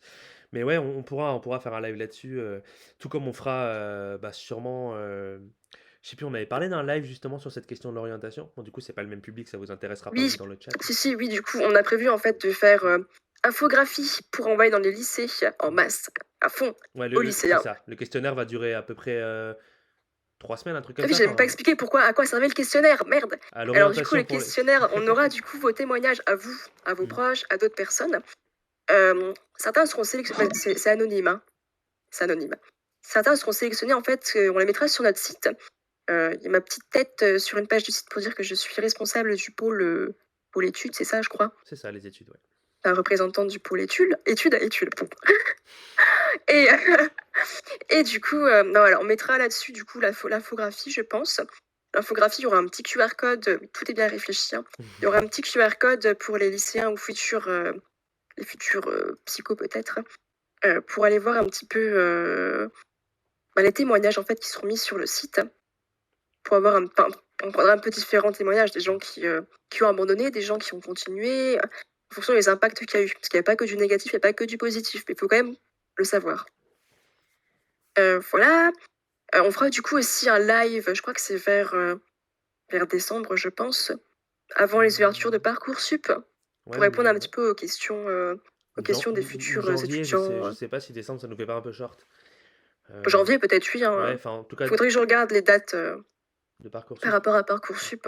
En tout cas, maximum début d'année, quoi, histoire qu'on n'arrive pas en juin. C'est trop tard, mais en fait. En fait, C'est ça. oui, non. Donc voilà. Ah, Pour la suite. on a quelqu'un dans le chat qui se porte volontaire pour partager son expérience. Et c'est super gentil. Donc, faut pas hésiter à nous Nickel. contacter sur les réseaux sociaux pour discuter de tout ça et qu'on prenne les contacts, hein. On reste Oui, au dispo. pire, oui, on fera des petits. Parce que du coup, notre Discord, il y a une petite salle d'attente où justement les gens peuvent, enfin, pourront Mm. venir. Moi, j'ai réfléchi comme ça, hein. Vous pourrez vous mettre dedans en attendant et nous, on va vous, hop, hop, vous faire monter dans le live Mm. et vous pourrez partager votre expérience en live. Et puis, une fois que vous avez fini, vous pourrez repartir du truc. C'est ça, c'est ce qu'on avait fait Moi, pour. moi j'aime bien ce fonctionnement-là. C'est vrai que c'est On sympa. l'a pas encore fait, mais Bah, on avait fait le système de salle d'attente dès que c'est des gens extérieurs à l'association. Enfin, quand on oui, avait voilà, fait c'est ça en fait. le webinaire sur soignants et troubles psychiques pour les Oui, soignants oui, c'est concernés vrai. par les troubles. On avait Voilà. Moi, je deux me souviens plus, intervenantes. j'étais pas là donc. Oui, Ok. c'était pas avec toi, oui, effectivement. Tiens, je regarde la suite des questions. Ouais, Je suis pas sûre que les profs en terminale connaissent ce qu'il se passe en licence de psycho. c'est pas Oui, faux. on parle de la sélection en PACES. Euh, après, bon, c'est pareil, pas pareil. Je suis pas trop d'accord parce que PACES, je trouve que c'est. Enfin, on va dire au niveau relationnel, au niveau des étudiants, ça a plus une forme de concours et il va vraiment avoir un peu une compétitivité en fait Mm. en PACES, je trouve que nous en psycho, enfin, je sais pas comment c'est passé pour vous, mais nous, on s'aidait beaucoup, ouais. On se soutenait beaucoup et finalement, voilà. Je trouve que c'est pas pareil en tout cas. Mais après, justement, je trouve qu'en psycho, c'est presque plus insidieux du coup, parce qu'on ne sait pas forcément à quoi Mm. s'attendre et que ça dépend des facs. La PACES, on arrive bah, on fait nos cours et on essaye d'être bien placé, mais la psycho, on ne sait même pas quand est la sélection, toutes les facs n'ont pas les mêmes dates, n'ont pas les mêmes modalités, pas les Ouais, mêmes profs qui veulent pas les mêmes choses. Donc, effectivement. ouais, il y Sur a... ça, on en parlera, mais ouais, Voilà, c'est un peu le bazar. on aura l'occasion d'en Mais bon, parler, mais effectivement, au lycée, moi j'ai même des profs qui me disaient, mais va pas en psycho, qu'est-ce que tu fais? C'est bouché, il n'y a rien pour toi, machin. Au final, il y a beaucoup moi, c'était d'idéologie. un peu l'inverse. Moi, je voulais faire psychiatre au départ, Mhm. sauf que bah, je venais d'arriver en L, en première L. On m'a fait ah bon, psychiatre en L, t'es sûr? Plutôt vers la psycho, c'est pareil. J'y connaissais absolument rien. J'ai fait mes petites recherches comme ça de mon côté parce qu'on m'a rien expliqué en fait, hein. On m'a dit c'est un peu comme la philo. Je fais oh, quelle horreur la philo. Oui, j'étais en L, j'aimais pas trop la philo, mais bon. C'est pas logique. Ouais, c'est un peu. Bah, je suis quand même là, mais bon. Donc voilà. Et finalement, bah, je suis arrivée en psycho et ça me plaît beaucoup, hein. Sinon, je serais pas là. Oui. C'est ça, oui. Ouais. Donc une fois à la 5e année, si ça t'a pas plu, tu l'aurais su. Enfin, si ça ne te plaisait pas, tu l'aurais su. Ouais. Alors, Euh, oui, la question suivante. Il y a beaucoup de questions. Enfin, ouais, je te laisse suivre. des conseils pour une L3 à la recherche d'un stage. Alors, est-ce que tu peux me préciser enfin, est-ce que tu es à Nancy ou pas? Parce que du coup, ce sera différent la réponse, mais moi, ce que je conseille au départ, déjà, si vous y êtes pas, inscrivez-vous sur LinkedIn ou LinkedIn, je sais pas comment vous dites. Moi, je dis LinkedIn, j'aime bien, c'est comme ça. LinkedIn si tu veux le faire en Euh, anglo-saxon, LinkedIn si tu LinkedIn, veux le faire en français qui essaie de parler anglais. LinkedIn, LinkedIn, voilà. Donc moi, LinkedIn. je vous conseille d'aller dessus. Et vous pouvez, du coup, enfin, en fait, vous créez un réseau. C'est ce que je trouve très important, en fait, d'observer un peu quels sont les psys qu'il y a dans votre région, si vous restez dans votre région, et un peu, du coup, avoir des noms, même d'établissements, en fait. Moi, c'est comme ça que je faisais. Je cherchais, enfin, je voyais des psys des fois dans mon fil d'actualité. Je me disais, tiens, dans quel établissement il ou elle est? Donc, je cliquais sur la personne et puis je voyais, ah bah tiens, tel établissement. Et des fois aussi, il y a d'autres psys. Donc, on peut voir un peu, ah bah, je pourrais aller avec l'autre psy, du coup, si l'autre est déjà pris. Voilà. Et on peut les contacter directement aussi sur LinkedIn. Après, moi, je suis un peu une tricheuse aussi. Enfin, tricheuse. Nous, pour faire les conventions, en fait, tout se passe en ligne. C'est un peu mon petit tips du moment, hein. Tout se passe en ligne et du coup, quand on crée la convention, en fait, on peut chercher des établissements. Et donc, j'avais les établissements grâce à LinkedIn, mais aussi grâce à Internet et d'autres trucs. Et du coup, je cherchais juste l'établissement et j'avais une liste de professionnels et les mails. Donc, pompez là, on envoie les mails, hein, tranquille. T'as raison, hein, tu profites du truc qui existe, qui te Ah permet de trouver les ben, c'est une professionnels. base de En plus, données ça en fait, fait, hein, ça montre que tu as envie de trouver, quoi. C'est pas mal. exactement. Voilà. Après, tout dépend si tu as un milieu de préférence. On peut le faire avec d'autres personnes que psy, comme je le dis. Enfin, si t'es à Nancy, en tout cas, ailleurs, Euh, je sais pas comment ça se passe, mais la nous, on personne peut nous dit faire qu'elle avec est d'autres. à l'IED, donc à distance. Ah oui, oui, C'est le c'est truc à Paris, ça, je Paris? crois. Paris Enfin, 8? Je sais plus, je suis pas sûr. si, Donc, c'est Paris à distance. Enfin, en tout cas, ça va, il y a sélection. J'ai compris que c'était à Paris, à distance. hmm. Bah, je sais pas comment ça se passe du coup pour l'IED, mais peut-être que pareil, quand tu crées tes conventions en ligne, t'as peut-être moyen de chercher le nom des professionnels. Puis même si on peut trouver heu, les sites des établissements, en fait, de la région, des régions dans lesquelles, c'est possible de se Ouais, déplacer et oui, du coup, en totale autonomie, oui, j'imagine avec l'enseignement à distance, je suis les réponses, de la personne dans le chat. Qui dit qu'elle est sur Metz. Ben après, ça dépend, mais il ah! y a des établissements qui notent aussi les professionnels. Par exemple, pour notre établissement, il y a les différents services et on sait quels sont les psychologues qui travaillent dedans, Ouais. et puis les médecins, les ergothérapeutes, infirmiers, etc. Mais du coup, creuser un peu les différentes pages des établissements, ne pas Mmh mh. hésiter à contacter par téléphone notamment pour essayer d'avoir des infos, hein. C'est quelque chose qui est plutôt bien vu. Enfin, c'est une démarche active. Ça montre toujours qu'on est motivé pour faire le truc.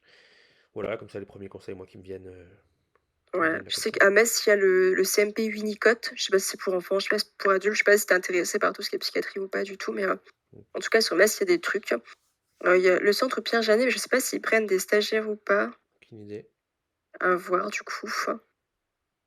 J'avoue sur Metz, je connais pas grand-chose. Après, si tu peux venir sur Nancy, il y a le CPN. Est-ce qu'il doit y avoir un. Mathieu est plein. Ah, cette année et l'année prochaine, c'est terminé. J'en ai 8 par an, donc ça commence à faire un peu beaucoup. Ouais, donc Euh, du coup, je vais regarder les autres questions. Avez-vous des conseils pour la sélection au master? Quel a été le motif de tes refus? Alors, les motifs sont souvent, enfin, il faut dire ce qui est, C'est des c'est souvent motifs bidon. bateaux, c'est des Bah, faux motifs que l'on dit résultat insuffisant. J'avais 14,5 de moyenne de licence. ah, mais Et d'autres qui avaient dit c'était pris. J'ai dit, en fait, non, faut pas faire attention aux motifs de refus. Mais ça, je pense, j'en parlerai précisément dans le live dédié à ça. Mais juste pour du coup partager vite fait l'info vraiment rapidement. Euh, N'hésitez pas du coup à vous noter dans un coin de votre tête un peu toutes les questions que vous pourriez poser du coup mhm, au live. Parce que je débarquerai comme ça, je pense, sans forcément prévoir quoi que ce soit, et vous poserez vos questions et je répondrai à vos questions. mhm, Je pense. Peut-être le plus simple. Du coup, par exemple, je sais qu'il y a des masters comme des facs comme Strasbourg qui prennent beaucoup d'étudiants internes, donc leurs étudiants à eux. Donc forcément, venant d'une fac extérieure, ils vont pas forcément me dire ah bah t'es une externe, on te prend pas. Puis voilà, ils disent un peu le motif bateau, ben résultat insuffisant. Alors qu'une fille que je connais qui était à Strasbourg avait 10 domaines et a été prise. Donc c'est pas très logique, mais il faut pas forcément prendre ça à cœur. Je sais que c'est super blessant. Je sais pas, c'est par là, ça fait mal, hein, ça pique un peu. Mais ouais, c'est. Voilà. Et d'autres, en fait, chaque fac a un peu ses critères de sélection. Il y en a qui regardent pas forcément. Il y en a qui regardent beaucoup les notes, d'autres qui regardent que l'expérience, d'autres qui regardent un petit peu que la lettre de motivation, le projet de recherche, le projet pro. Donc ça va vraiment dépendre des facs et c'est pas toujours très juste en fait. Voilà, mais ça on en reparlera. Là pour l'instant des conseils. Moi le premier conseil que j'ai c'est vraiment de bosser à fond sur son projet professionnel. Qui tu veux être, qu'est-ce que tu veux faire exactement, quelle mission tu voudrais faire, dans quel milieu tu voudrais bosser, auprès de quelle population. Est-ce que tu as une thérapie un peu que tu préfères voilà. Ça, tu peux essayer de travailler ça par rapport à des lectures, en te renseignant un petit peu sur internet, faisant beaucoup de recherches, en lisant des bouquins, des articles. Les stages, ça peut beaucoup aider. N'hésite pas non plus à discuter un peu avec des professionnels pour voir un petit peu qu'est-ce qui pourrait t'attirer, si tu peux pas forcément faire plus de stages, mais voilà. Et voilà, je pense que c'est un peu les conseils que je peux te donner. Les notes, de toute manière, les notes que tu as déjà eues avant, tu peux pas les changer. Donc essaye de tout donner pour cette année-là, enfin, si t'es en L3. Mais pour les prochaines notes, donne tout ce que tu peux, sans forcément te pourrir la santé, hein. Te passe pas les notes avant toi. Voilà. Je sais pas si ça répond à ta question, mais on en reparlera, je pense, pour le mhm. Il y avait live plusieurs, sélection. il y avait plusieurs questions en même temps, de toute façon. Ouais, ouais, ouais, ouais. Mm. Et tu ne trouves pas notre Alors, serveur Discord? Oui, parce que il n'est pas public, en fait, le serveur Discord, pour ça. ça, je sais pas comment gérer, je te laisse. Tu es notre Mais du responsable coup, Discord. est-ce qu'on peut partager le truc Discord? De toute manière, il y a des salons en fait auxquels vous n'aurez pas accès parce que c'est les salons spéciaux pour les Raptors. Oui, c'est nos salons de, Il même y a de, un petit cadenas, nos mais salons de réunion, les trucs comme ça, c'est pas forcément intéressant de toute façon pour les personnes extérieures. ouais, ouais. Bah, je vais voir pour partager le truc. Ouais, carrément, ouais. C'est comme si les gens peuvent comme ça échanger, pourquoi pas. Ouais, Un je Discord vous un le peu mets plus après. interactif. Je vous le mets après dans le chat, je regarde juste les questions suivantes. Mhm. Alors, attends, je regarde. Ouais. T'es sur les questions aussi? Ouais. Je te laisse Alors, le poursuivre. Discord, Ulysse, du coup, c'était la question pour, je suppose, la personne d'au-dessus. Des conseils pour gérer le stress du premier entretien en autonomie. On part sur ce que tu disais tout à l'heure. C'est une excellente question à laquelle je ne sais pas trop quoi Ça va répondre. partir sur méditation, relaxation, c'est ma réponse à tout ça. La cohérence cardiaque. La cohérence cardiaque, si vous ne connaissez pas l'application Respire Relax, elle est C'est faite la pour vous. base. Non, c'est je la sais pas base. en vrai. Mais ouais, il y a une petite application de cohérence cardiaque qui s'appelle Respire Relax Plus. En fait, vous avez une petite bulle qui monte et qui descend. Et c'est pour vous faire respirer en cohérence cardiaque. Je le note C'est dans un le peu en chat. fait qui te fait caler les battements de son. Enfin, la respiration sur les battements de son cœur. Pour en fait diminuer un petit peu le rythme cardiaque. Pour que le corps en fait soit pas trop en alerte, mais qu'il soit plutôt vraiment relâcher la pédale d'accélération, quoi. Voilà. Sinon, les conseils pour moi, une connerie. Je trouve que c'est pas forcément très bien, mais un truc que je faisais avant mes entretiens, c'est que je les. Enfin, bien non, mais en fait, je les préparais avant l'entretien. Donc, je notais vraiment tout ce que je voulais faire. Sauf que les séances ne se passent pas toujours comme prévu, on le sait bien. Voilà. Adaptabilité, le mot maître, si j'arrive à le dire, hein, c'est compliqué. Donc, aie confiance en toi. Tu as appris des choses en cours, tu sauras les réutiliser, je pense, en entretien. Et ça peut mal se passer, comme ça peut bien se passer, mais tu verras en fonction du patient. Pense toujours à la relation, la position basse en fait par rapport au patient. Le patient aura toujours entre guillemets raison de ce qu'il apporte parce que c'est lui l'expert de son mal-être en fait. Oui, c'est beau. C'est propre. Mais ça va bien se passer. En vrai, ça va aller. Si tu peux essayer de discuter un petit peu avec les personnes avec qui tu es dans l'équipe, n'hésite pas non plus à lire le dossier médical avant si tu peux, pour au moins te poser peut-être des questions. Ça peut un peu biaiser des fois aussi, se dire, ah ben, je vais aller vers ça et finalement le patient est peut-être pas pour aller vers ça. Et voilà. En tout cas, l'anamnèse au début, ça passe. Tu poses des questions un peu classiques. Enfin, je sais pas comment ça se passe là où t'es du coup, mais c'est un peu les questions classiques d'anamnèse pour un peu faire le lien avec la personne, rentrer en relation avec elle. C'est le plus important, la relation thérapeutique. Toujours adapter sa posture professionnelle par rapport à la personne qui nous consulte. Je sais pas si ça répond un petit peu à ta question, mais voilà. Du coup, Nilosba disait plutôt développement pas possible sur Nancy. Développement, mais du coup plutôt personne âgée, plutôt enfant, adolescent.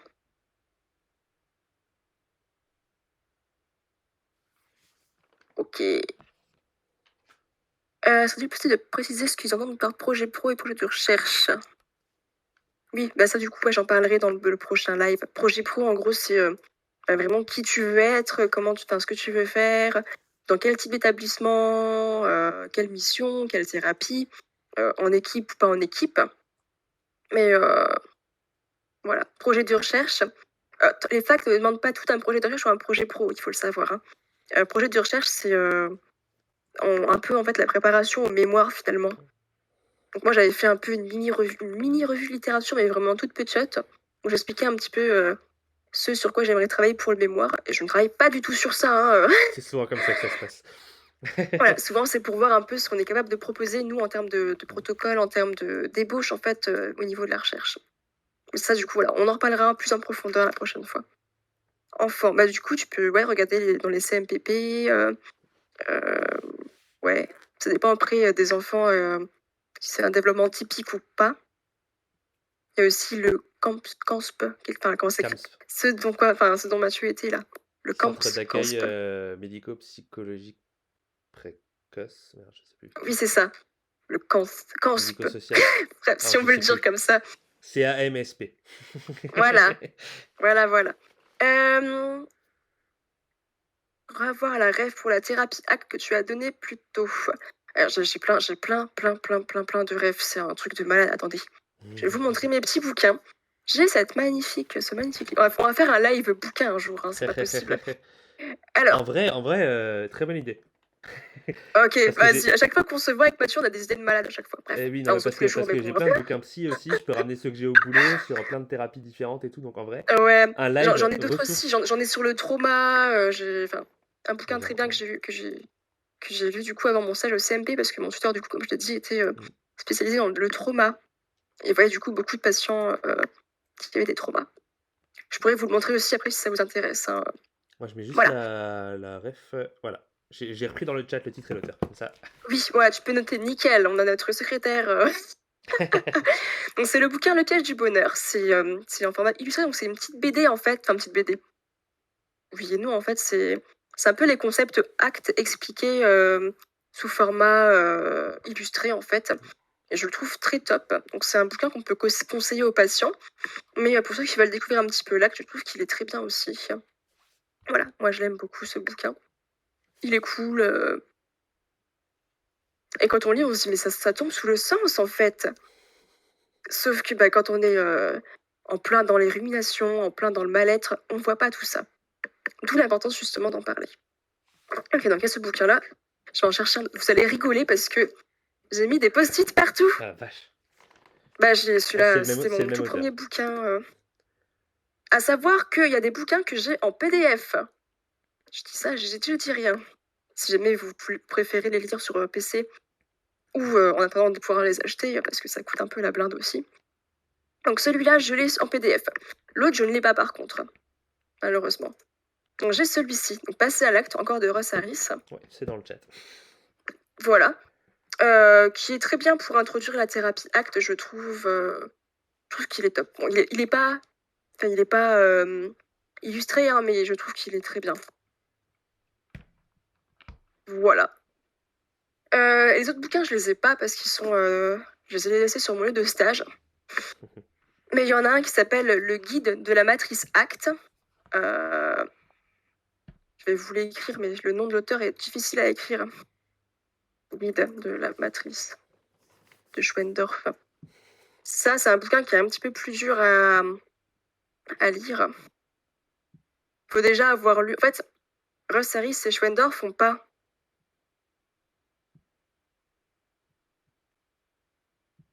Ah, parce qu'en fait, on n'a pas envoyé de pièces pour l'instant. C'est moi qui l'ai sur mon PC. Donc, je sais pas comment vous voulez faire pour me contacter pour que je vous les envoie.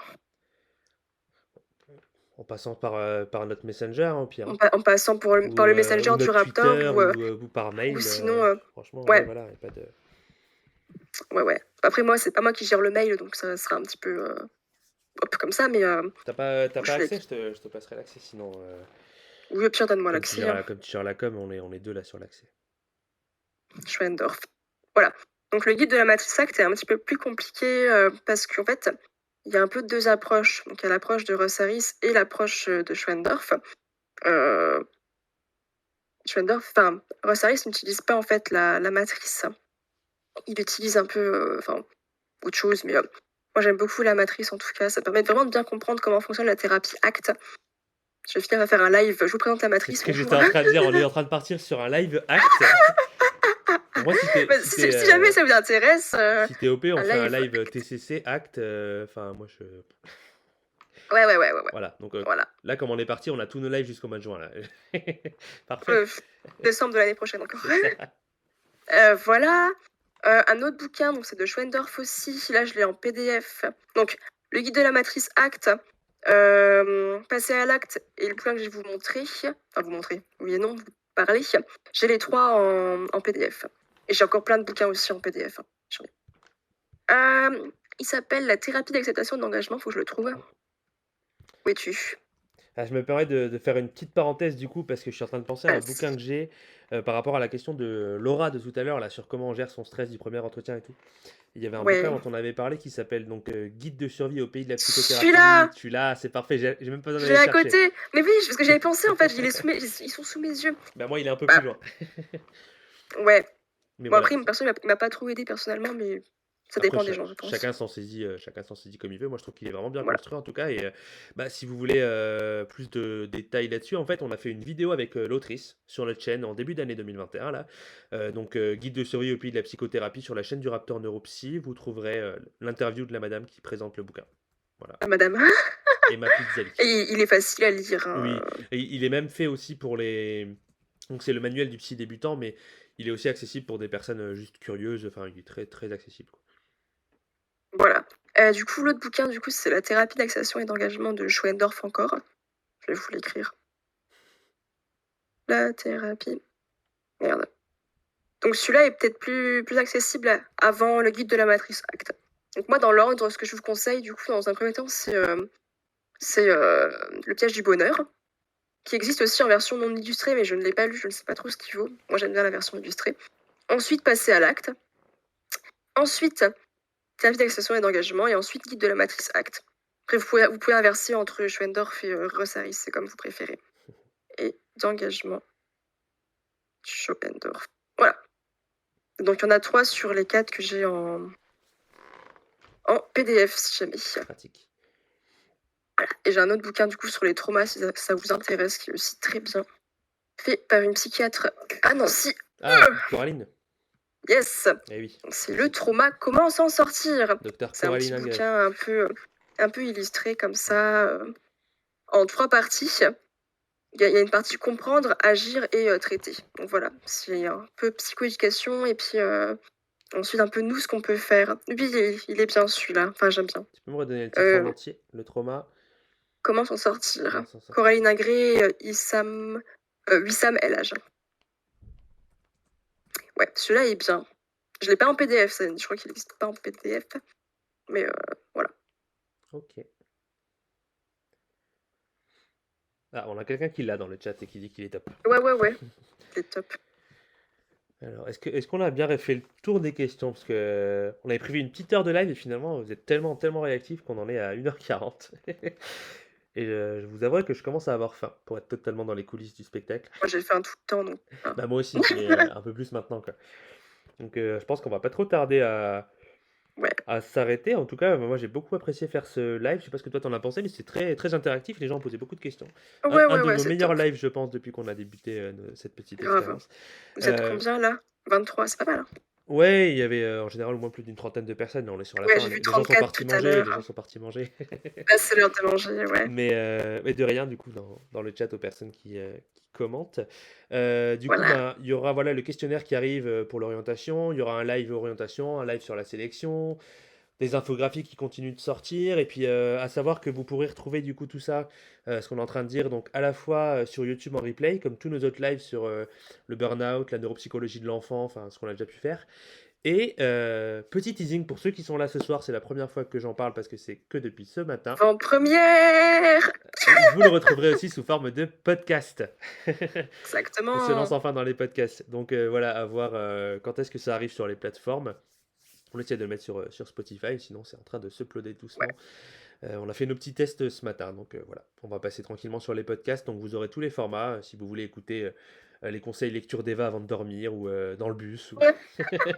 voilà, vous aurez de quoi faire. On va faire de la ASMR psycho. ASMR psycho, c'est ça.